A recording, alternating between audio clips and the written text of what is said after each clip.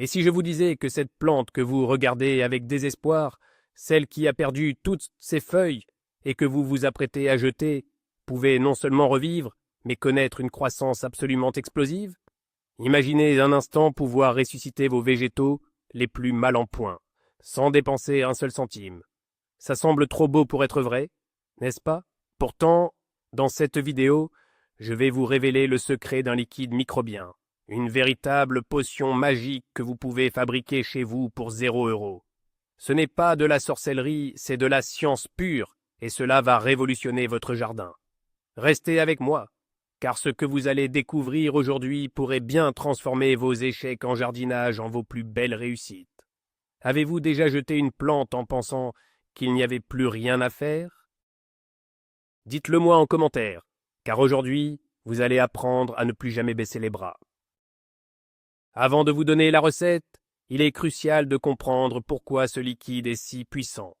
Oubliez tout ce que vous savez sur les engrais classiques. La plupart nourrissent la plante directement, souvent avec des sels chimiques. C'est un peu comme donner des barres énergétiques à un athlète sans jamais prendre soin de sa santé globale. Notre approche est radicalement différente. Nous n'allons pas nourrir la plante, nous allons nourrir le sol. Imaginez le sol de votre jardin non pas comme un support inerte, mais comme un estomac grouillant de vie. Une véritable ville souterraine peuplée de milliards de micro-organismes. Ce sont eux, les bactéries, les champignons, les protozoaires, qui sont les véritables chefs cuisiniers de vos plantes. Ils décomposent la matière organique, la transforment en nutriments parfaitement assimilables et protègent les racines contre les maladies. Un sol riche en cette vie microscopique est un sol sain, et un sol sain produit des plantes saines et vigoureuses. Ce liquide que nous allons créer est tout simplement une inoculation massive de cette vie bénéfique directement dans votre jardin. Alors, qu'est-ce que ce fameux liquide miracle? On l'appelle souvent thé de compost oxygéné activement. Ce nom un peu barbare désigne simplement une infusion vivante. L'idée est de prendre une petite quantité de compost de très haute qualité, qui est déjà un concentré de vie microbienne, et de multiplier cette vie de manière exponentielle.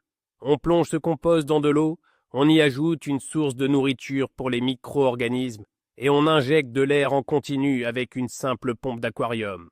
En l'espace de 24 à 48 heures, la population de bactéries et de champignons bénéfiques explose, passant de quelques millions à plusieurs milliards dans un seul millilitre de liquide. Vous ne créez pas un simple engrais, vous brassez un véritable écosystème liquide, un concentré de vie prêt à coloniser et à revitaliser la terre de votre jardin. C'est la différence fondamentale. On n'ajoute pas des nutriments, on ajoute les ouvriers qui vont créer et distribuer ces nutriments. Plongeons un peu plus dans la science fascinante qui se cache derrière ce processus. Le sol est un réseau complexe que les scientifiques appellent le réseau trophique du sol. C'est une chaîne alimentaire où chaque créature, de la plus petite bactérie au ver de terre, a un rôle à jouer. Les bactéries et les champignons sont les décomposeurs primaires. Ils sécrètent des enzymes qui dissolvent de la matière organique et les minéraux du sol, les stockant dans leur propre biomasse. Cependant, ces nutriments ne sont pas directement accessibles aux plantes. C'est là qu'interviennent les prédateurs, comme les protozoaires et les nématodes bénéfiques. En mangeant les bactéries et les champignons, ils libèrent les nutriments sous une forme parfaitement assimilable par les racines des plantes, juste à côté d'elles. C'est un cycle parfait. Notre thé de compost ne fait qu'accélérer et amplifier ce processus naturel. En pulvérisant ce liquide, on réintroduit toute la chaîne alimentaire, on répare les sols abîmés et on recrée un équilibre biologique qui permet aux plantes de s'épanouir sans aide extérieure. Pourquoi les engrais chimiques, même les plus chers, ne peuvent-ils pas rivaliser avec cette approche? C'est une question de durabilité et de santé du sol. Les engrais chimiques y fournissent des nutriments sous forme de sels synthétiques. C'est un shoot d'énergie rapide pour la plante, qui va pousser vite, mais elle deviendra paresseuse. Ses racines n'auront plus besoin d'explorer le sol à la recherche de nourriture, et elle ne développera pas de relations symbiotiques avec les micro-organismes. Pire encore, ces sels chimiques sont très acides et peuvent tuer la vie microbienne bénéfique présente dans le sol, stérilisant progressivement votre terre. Cela crée un cercle vicieux de dépendance. Plus vous utilisez d'engrais chimiques, plus votre sol meurt et plus vous avez besoin d'engrais pour compenser. C'est un peu comme vivre uniquement de fast-food. Sur le court terme, ça fonctionne, mais sur le long terme, cela détruit la santé de l'écosystème. Notre liquide microbien, lui, fait tout l'inverse. Il construit la fertilité du sol pour les années à venir. Parlons maintenant des acteurs principaux de notre équipe de super-héros, les micro-organismes. On peut les diviser en deux grandes familles, pour simplifier, les bactéries et les champignons. Les bactéries sont incroyablement petites et se reproduisent de très vite. Elles sont spécialisées dans la décomposition de la matière organique simple, comme les sucres et les protéines. Elles créent une sorte de colle biologique qui aide à agréger les particules de sol, améliorant ainsi sa structure et sa capacité à retenir l'eau. Les champignons mycorhiziens, eux, sont les maîtres du réseau. Ils forment des filaments, appelés hyphes, qui s'étendent sur des kilomètres sous terre, agissant comme une extension du système racinaire de la plante. En échange de sucre produit par la plante via la photosynthèse, ces champignons vont chercher de l'eau et des nutriments, comme le phosphore, bien au-delà de la portée des racines. Un thé de compost bien équilibré contiendra une population riche et diversifiée de ces deux familles, créant une synergie parfaite pour la santé de vos végétaux. Le premier ingrédient, le cœur de notre potion, est bien sûr le compost. Mais attention, pas n'importe lequel. Pour obtenir un thé de qualité, il vous faut un compost de la plus haute qualité possible. Idéalement, un lombricompost ou un compost maison bien mûr, sombre, friable et qui sent bon la terre de forêt. Pourquoi cette exigence? Parce que ce compost n'est pas une source de nutriments, c'est une source de vie. Un bon compost est un véritable réservoir de biodiversité microbienne. Si vous n'avez pas votre propre compost, cherchez une ferme biologique locale ou un voisin jardinier passionné. Une petite quantité suffit. Une ou deux grosses poignées, soit environ une tasse, suffisent pour préparer près de 20 litres de thé. C'est l'un des plus grands mythes du jardinage. On pense qu'il faut des tonnes de compost. En réalité, il faut un compost de qualité pour en extraire et multiplier la vie qu'il contient. C'est la qualité qui prime sur la quantité. Le deuxième ingrédient essentiel est la nourriture pour nos micro-organismes. Pour qu'ils se multiplient de manière explosive, il faut leur offrir un festin. La source de nourriture la plus couramment utilisée et la plus efficace est la mélasse noire non sulfurée. Pourquoi la mélasse? Parce qu'elle est riche en sucres simples, qui sont le carburant de base pour les bactéries, mais elle contient aussi une grande variété de minéraux et d'oligo-éléments qui vont enrichir le thé final. Si vous n'avez pas de mélasse, pas de panique. Vous pouvez utiliser du sucre de canne brut, du sirop d'érable ou même du jus de fruits purs et non pasteurisés. L'idée est de fournir des glucides facilement accessibles. La dose est faible, 1 à 2 cuillères à soupe pour un seau de 20 litres suffisent amplement. Un excès de sucre pourrait favoriser la croissance de micro-organismes non désirés ou même de pathogènes. Donc, la modération est la clé. C'est le petit déjeuner des champions pour notre armée invisible. Le troisième et dernier ingrédient est l'eau. Mais là encore, la qualité est primordiale. L'eau du robinet que nous utilisons tous les jours contient du chlore ou de la chloramine. Ces produits y sont ajoutés pour tuer les bactéries et rendre l'eau potable, ce qui est une bonne chose pour nous, mais une catastrophe pour notre projet. Le chlore est un désinfectant puissant qui anéantirait la précieuse vie microbienne que nous cherchons à cultiver. Heureusement, il est très facile de se débarrasser du chlore. La méthode la plus simple est de laisser l'eau reposer dans un seau ouvert pendant 24 heures. Le chlore est volatile et s'évaporera naturellement. Si votre municipalité utilise de la chloramine, qui est plus stable, le processus est un peu plus long, mais l'aération que nous allons mettre en place pour le brassage du thé aidera à l'éliminer également. Utiliser de l'eau de pluie collectée est bien sûr l'option idéale, car elle est naturellement pure et à la bonne température. C'est la base de notre future culture. Maintenant, parlons du matériel. La beauté de cette méthode, c'est que vous n'avez besoin de rien de spécialisé. Vous avez probablement déjà tout ce qu'il faut. L'élément principal est un seau d'une capacité de 10 à 20 litres.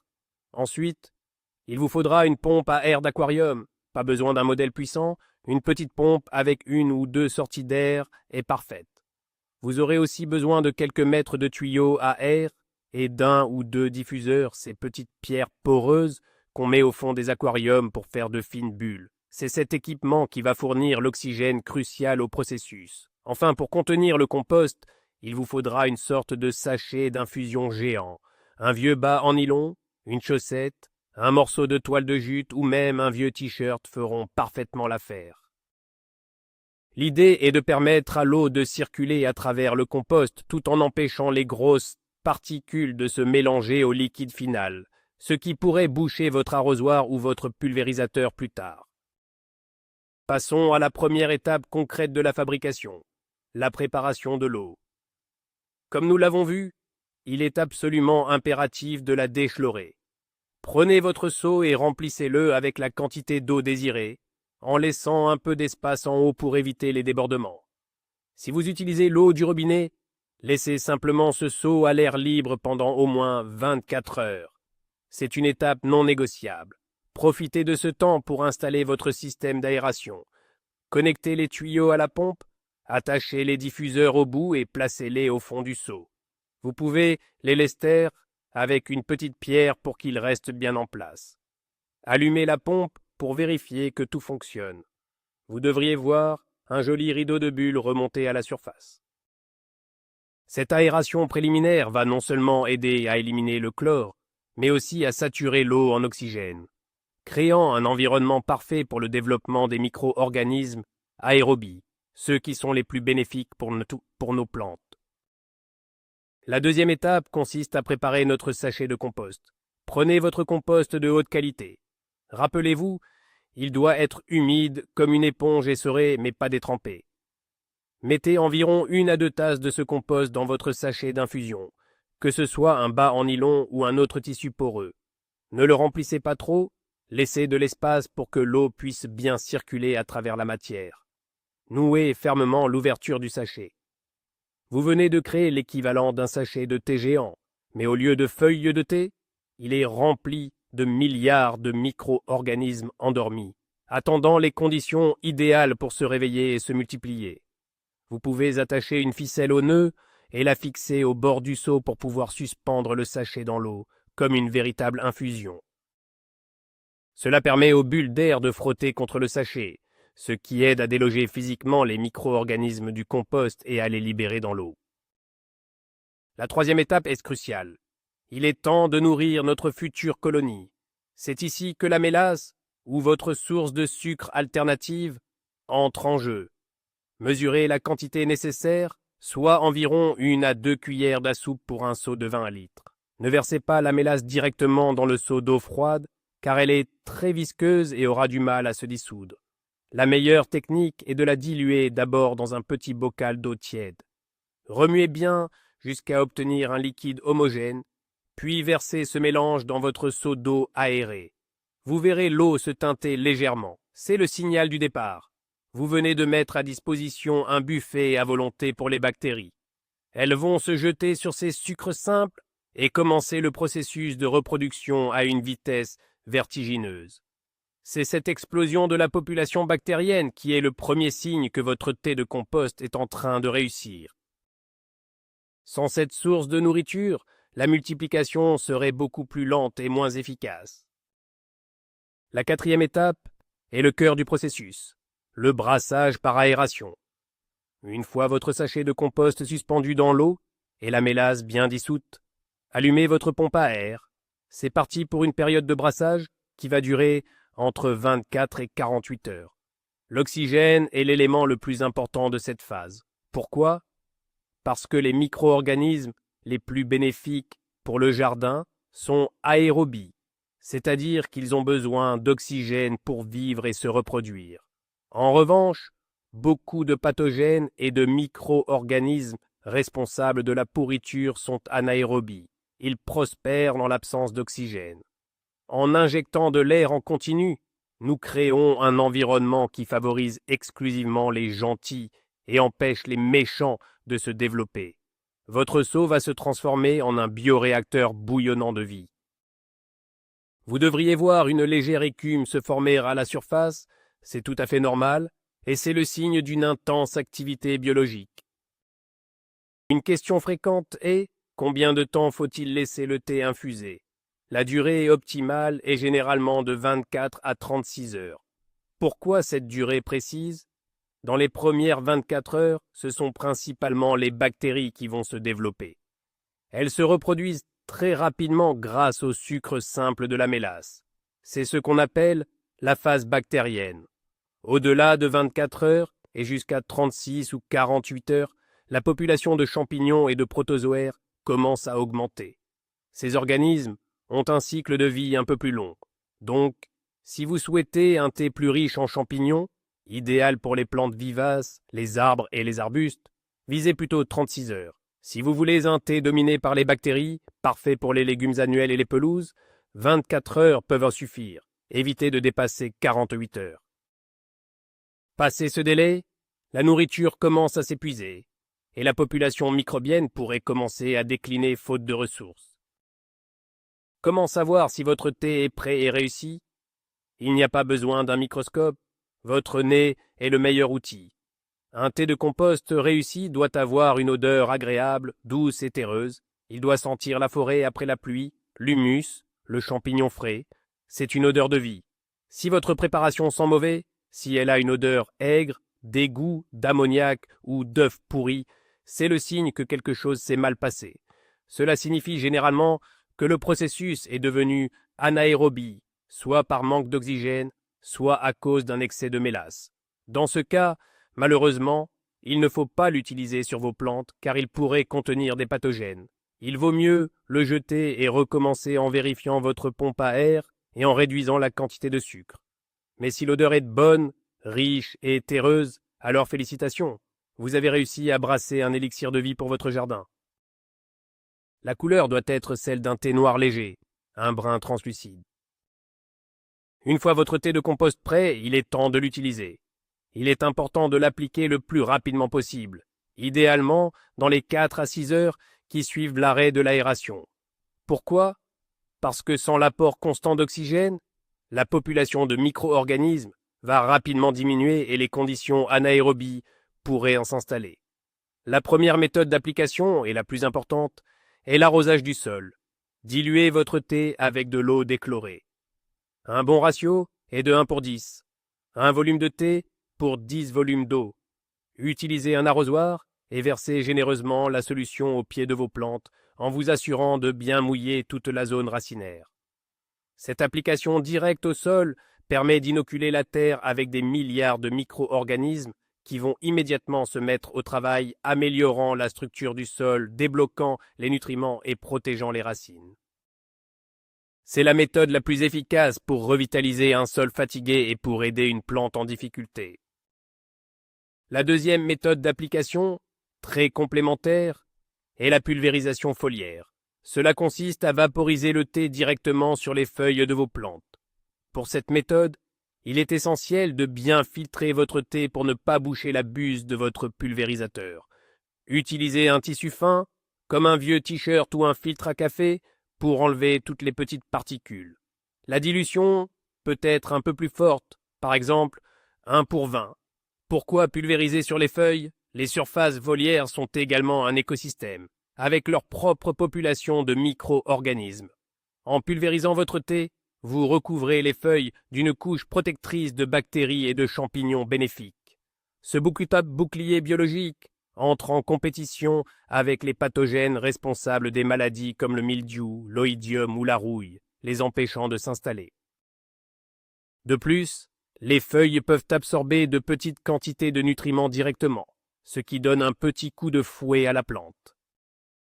Quel est le meilleur moment de la journée pour appliquer votre précieux liquide? Que ce soit pour un arrosage au sol ou une pulvérisation foliaire, le timing est important.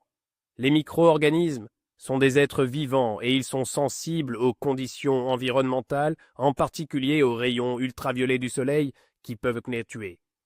Il faut donc éviter d'appliquer le thé en plein soleil au milieu de la journée. Les moments idéaux sont tôt le matin, juste après le lever du soleil, ou en début de soirée lorsque le soleil baisse. Les conditions sont alors plus fraîches et plus humides, ce qui donne le temps aux micro-organismes de pénétrer dans le sol ou de s'établir sur les feuilles avant d'être exposés à la lumière directe du soleil. Une journée nuageuse ou une légère pluie est également un moment parfait pour l'application. Pensez-y comme si vous relâchiez des animaux dans la nature. Vous voulez leur donner les meilleures chances de survie et d'adaptation à leur nouvel environnement. La question de la fréquence d'application est également essentielle. Le thé de compost n'est pas un engrais que l'on applique une seule fois en espérant des miracles. C'est un processus continu de soin du sol. Pour un jardin établi et en bonne santé, une application mensuelle pendant la saison de croissance est un excellent rythme de croisière pour maintenir un écosystème souterrain riche et actif. Si vous cherchez à améliorer un sol pauvre ou à sauver des plantes malades, vous pouvez augmenter la fréquence. Une application toutes les 2 semaines peut donner des résultats spectaculaires. Pour les semis et les jeunes plants, qui sont particulièrement fragiles, un arrosage avec une solution très diluée, 1 fois par semaine, peut renforcer leur système immunitaire et leur donner un départ fulgurant. L'observation est votre meilleur guide. Si vos plantes ont l'air vigoureuses et que votre sol est vivant, vous êtes sur la bonne voie. Si elles montrent des signes de faiblesse, un petit coup de pouce avec votre thé de compost peut faire toute la différence. Laissez-moi vous donner un exemple concret. Une petite histoire. L'été dernier, j'avais un plant de tomates que j'avais complètement négligé. Il était dans un petit pot, le terreau était sec et compact, les feuilles étaient jaunes et tombaient les unes après les autres. Honnêtement, il avait l'air mort. J'étais sur le point de le jeter. Puis, je me suis dit que c'était le cobaye parfait. Je l'ai rempoté dans un plus grand pot avec un bon terreau et je l'ai arrosé abondamment avec mon thé de compost fraîchement brassé, en appliquant la solution diluée au pied et en pulvérisation sur les quelques tiges nues qui restaient. Je n'y croyais pas vraiment.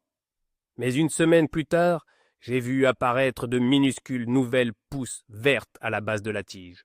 J'ai continué les applications hebdomadaires.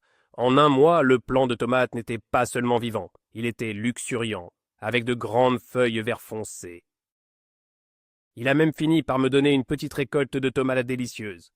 C'est la preuve vivante que tant qu'il y a un semblant de vie dans les racines, ce liquide peut la réveiller. Mais l'intérêt de ce liquide ne se limite pas à la réanimation de plantes moribondes. Son véritable pouvoir réside dans sa capacité à décupler la vitalité des plantes déjà en bonne santé.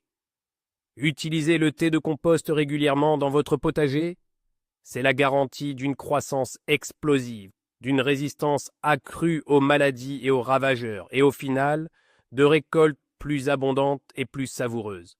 Les nutriments rendus disponibles par les micro-organismes sont plus complexes et plus équilibrés que ceux des engrais de synthèse, ce qui se traduit par des fruits et légumes au goût plus prononcé et à la valeur nutritive supérieure. C'est un investissement dans la santé à long terme de votre jardin. Chaque application enrichit votre sol, augmente son taux d'humus, améliore sa capacité de rétention d'eau et crée un cercle vertueux où le sol et les plantes se soutiennent mutuellement.